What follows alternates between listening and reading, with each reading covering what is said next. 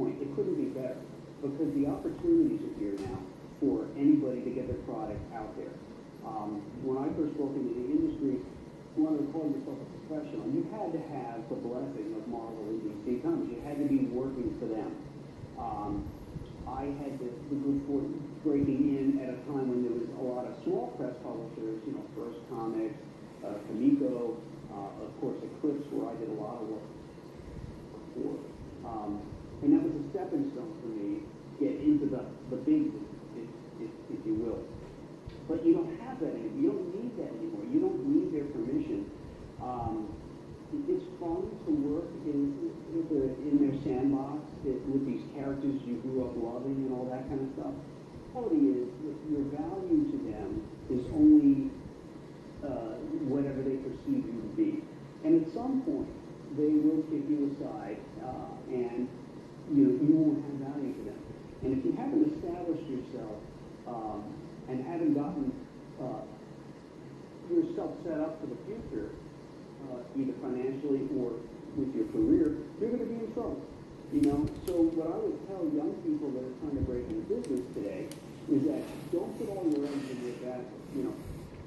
Okay, so I'm just doing some live drawing right now. Actually, not live, recording myself here, but just working on a couple different things.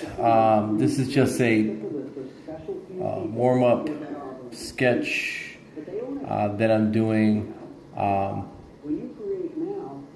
I am doing a challenge where it's called the 2019 Draw 365 Challenge, where I'm gonna just do a sketch, a piece of art, whatever, finished, unfinished, colored, black and white, pencil, inked, whatever, and I'm gonna be posting it up. And I typically post on Instagram, also on Twitter. But yeah, so I work on a piece, and then I post it, and I do this as a warm up before I begin any kind of page work, which I do have some page work. I've got a layout going right there, just so you can see that. And there's one that I did last night. Where am I? Right here. All right. So what I'm working on right here is it's one of my characters from my comic. This is Darya Tonikova for a project I'm going to be doing coming up soon here, where I am doing the art. Story concept is mine. Pretty much all the structure of the story is mine, and I had my good friend Ron Fortier step in and do the scripting. He was so excited to get on it. It's definitely the type of book that is in his wheelhouse. He loves this kind of like spy versus spy, pulpy type of comic. He really digs that style, and I like it too. So these are a couple of the characters. Like I said, that's Darya Tonikova, and this is Sammy Jin, and they're both assassins. They were both raised to be the best of the best, and they both belong to assassin clans that are competing for dominance in that arena, and so they end up coming together as they are both hired to work the same job by a mysterious stranger, and there's something that is revealed to them that actually ties them together, and it sets in motion a bunch of events where where there's an opportunity to talk about science and mysticism and that sort of thing. So, that's just one of the projects there. Project I'm currently working on, for which these layouts are for, is my project Jin and Tonik, and for that I have my good friend Ben Goldsmith on the writing duties there. There's another one that I have, my friend Mark Stanislawski. It's called Gods and Soldiers. And I'm probably going to do an introduction video here for the channel. Like I said, I'm just building this right now and not really sure where this is going to go. I definitely want to use this page to promote the different projects that I do and that sort of thing. So we'll see what I come up with, but I do want to use this this YouTube channel primarily for that, and I want to bring in those writers and do some interviews, and also I also want to talk about making comics and talking about that sort of thing. So talking about my own projects and the process and these sort of things that I do. I've been doing comics for a while. I have some creator-owned comics that I've already put out. More on the independent scene, on the underground comic scene, that sort of thing. So those are.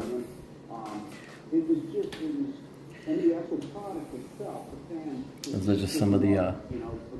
It's part graphic novel, but it's really an art book. Everything was shot from the original artwork, like the IDW artist edition. So I think we surpassed everybody's expectations for it. It's beautiful. Niall, wasn't I with you when you got yours and you opened it? Did you open yours live or something on your show? Yeah, you and I did. Okay, We were testing out. That's when we were first. You were in the process of the development of the show, and I was like, "Hey, I'm gonna set up some cameras and see what we can do." And of course, I set up. If you guys have seen, we used to have a show that we used to do, and it was a podcasting comic book talk show auction thing. But anywho, so we had it set up, and so right now I'm just failed on us, so we just just held it up. Doing the pencils here. Monster Island. So what I'll do is I'll just lay out my underdrawing here. Then I'll reduce the opacity. Then I'll throw another layer on, and I'll start tightening up the pencils for it. I can attest that everything he said about the quality of the previous Kickstarter. I mean, it was a phenomenal package that came to my house. And it was so cool to just see that white box with the sticker on it. I ran through my door like a little kid, rushed into my office. So I can only see what's. Yeah, I can't wait for this next one. Yes, if our engineer Frank would post a link, continually post the link to Graham's new Kickstarter, because we got to make this next book happen. We've got to do the same one. Yes. And I'm going to introduce you to some people, because there are centurions and legionnaires out there, Graham, that helped me tremendously with our Indiegogo. We launched our Indiegogo after our Kickstarter campaign, and we made just as much money on our Indiegogo than we made in 3 days than we made in our Kickstarter in 2 weeks. And this was after all the big original art was sold and stuff. So you're one of the good guys. The guys out there, Graham is not only one of the most popular creators out there, but he gets it.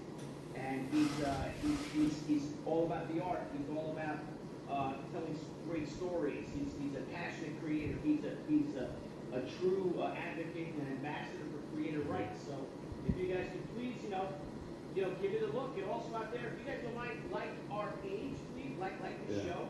We keep asking to get into people that. Yeah. Like it, and what's the bell? Hit the bell for notifications. Hit the bell for notifications. But yeah, again, I just want to reiterate, that Nolan's one of the good guys. He's here. He's all about the books, and he's doing what we want to see done. And know, if the Kickstarter is a success, then, you know, there's a lot of comments out there, is this gonna come to Indiegogo? I'd like to see it on Indiegogo. I will support this twice if you put it on Indiegogo. So I mean, there, you know, if you make it successful in one avenue for him, then he'll bring it to another set of masses. I mean, you know, Yeah, because let's see what we can do. Yeah, Greg, we had, for the Zombie Saga book, our first crowdfunded book, we did on Kickstarter, and in 30 days, we had 440 pledges, partners. On Indiegogo in a week or so, because it's only a 2-week campaign, we have 577 back. So it's grown, because there are people that will only buy, will only pledge to Kickstarter, and there are people that will only pledge to Indiegogo. So the world needs more Monster Island. Everyone should get that book. So if I can It's give a fun book. yeah, I would go for it twice.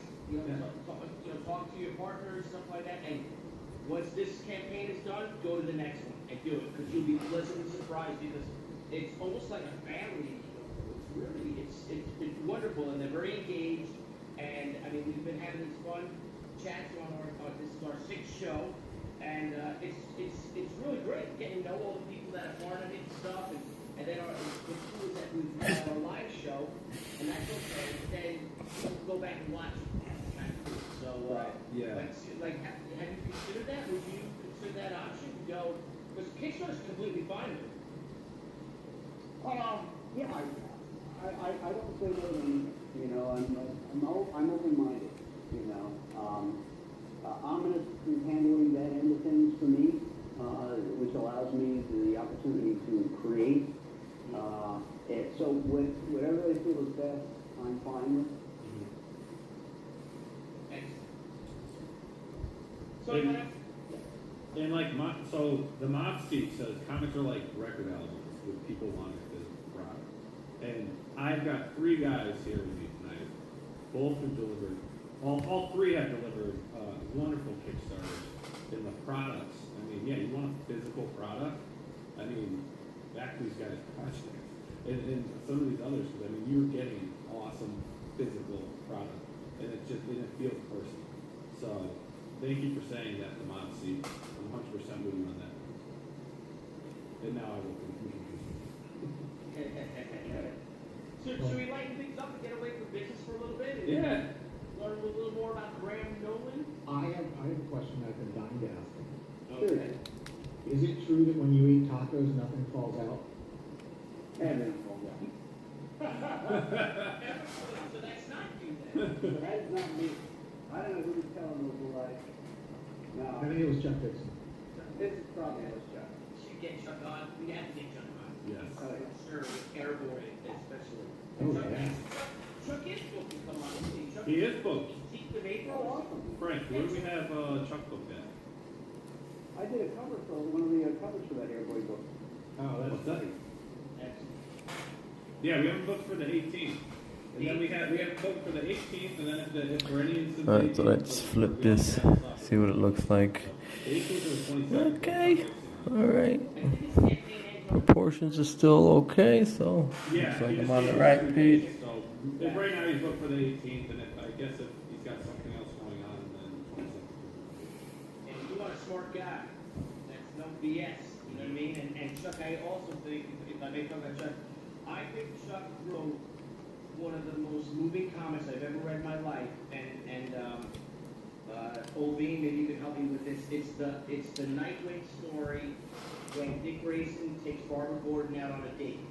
My gosh, that's a great story, but I don't know what it's called. Oh, and out of Graham, it was illustrated by Greg Land, and she just wants to fly again or something, and he takes Oh, I her know on the one. and he Yeah, straps yeah. her, and it's a beautiful story. It's a one-shot, one and done, and with all the things that Barbara's going through, being paralyzed and all this, and it's a beautiful story. It's I think it's one of the best comic books of all time. I really think story-wise, I mean, single issues. Why did he win an Eisner? I have no idea. But Chuck is one of the inspirations, or one of my writing inspirations, that's for sure. Having worked with him for 35 years, I picked up a lot just working with him. He's amazing. That brings up a really great question. What Do you have a favorite single issue comic story that you've read as a fan? Mm-hmm.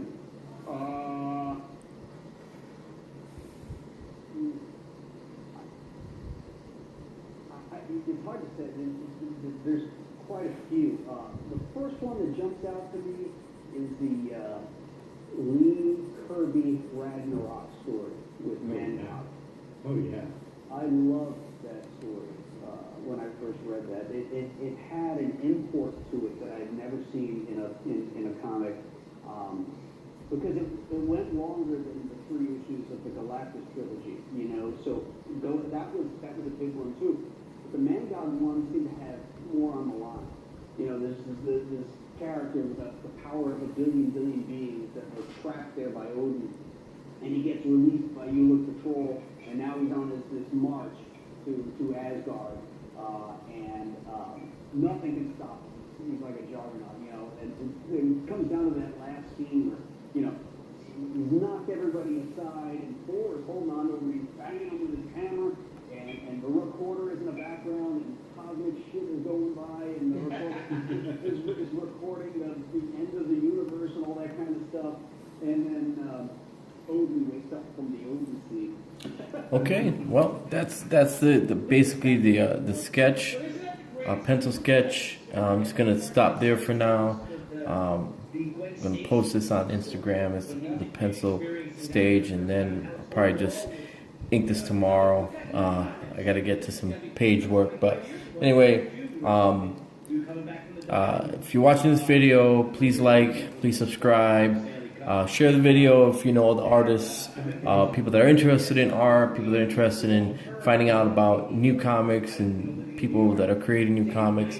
Anyway, yeah, thanks a lot for viewing in. Welcome to El Guapo Comics. If this is your first time on my page here, like I said, please subscribe and let your friends know. Thank you so much. I appreciate it, and please look forward for this project coming in the near future. Jin and Tonik, super spies versus spy assassins. It's got martial art, it's got espionage, lots of action, adventure, and really pretty women, and you know, that sort of thing. Just really fun stuff we're going to be having here. It's got a good pulp vibe. Anyway, you know, once again, thanks so much, and you guys have a great rest of the day. Appreciate it. Bye bye. Okay.